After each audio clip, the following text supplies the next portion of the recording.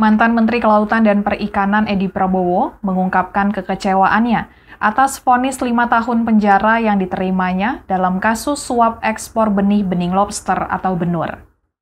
Menurut Edi Prabowo, vonis yang dijatuhkan Majelis Hakim di Pengadilan Tindak Pidana Korupsi Tipikor Jakarta pada Kamis 15 Juli 2021 tidak sesuai dengan fakta persidangan. Kendati demikian, Edi Prabowo menghormati putusan peradilan dan akan tetap mengikuti proses hukum yang tengah berjalan. Sementara itu, terkait pengajuan banding, Edi Prabowo mengaku akan mempertimbangkannya terlebih dahulu.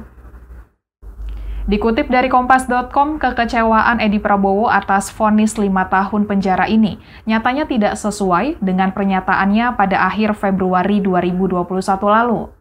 Kala itu, Edi Prabowo yang menghadap awak media setelah tertangkap KPK mengaku siap dihukum mati jika terbukti bersalah.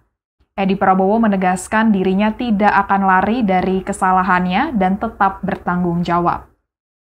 Tidak hanya itu, Edi Prabowo juga mengaku siap menerima hukuman lebih dari hukuman mati demi masyarakat Indonesia.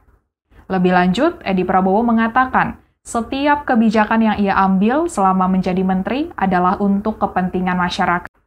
Mantan Menteri Kelautan dan Perikanan itu menyebutkan jika ia harus masuk penjara karena kebijakan yang dia buat, hal itu sudah menjadi resikonya.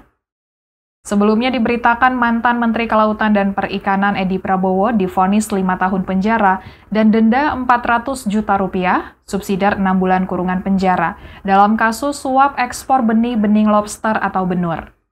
Majelis Hakim Pengadilan Tipikor Jakarta menyatakan Edi Prabowo bersama bawahannya terbukti menerima suap sebesar $77.000 Amerika Serikat dan 24,6 miliar rupiah untuk mempermudah pengajuan ekspor benur. Selain pidana pokok, Hakim juga mewajibkan Edi Prabowo membayar uang pengganti sebanyak $77.000 Amerika Serikat dan 9,6 miliar rupiah. Hakim juga mencabut hak politik Edi Prabowo untuk dipilih dalam jabatan publik selama 3 tahun setelah menjalani pidana pokok.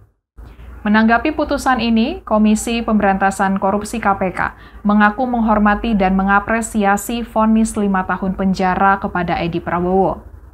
PLT juru bicara KPK, Ipi Mariati Kuding mengatakan, vonis Majelis Hakim sama dengan tuntutan Jaksa Penuntut Umum JPU KPK, yaitu 5 tahun penjara.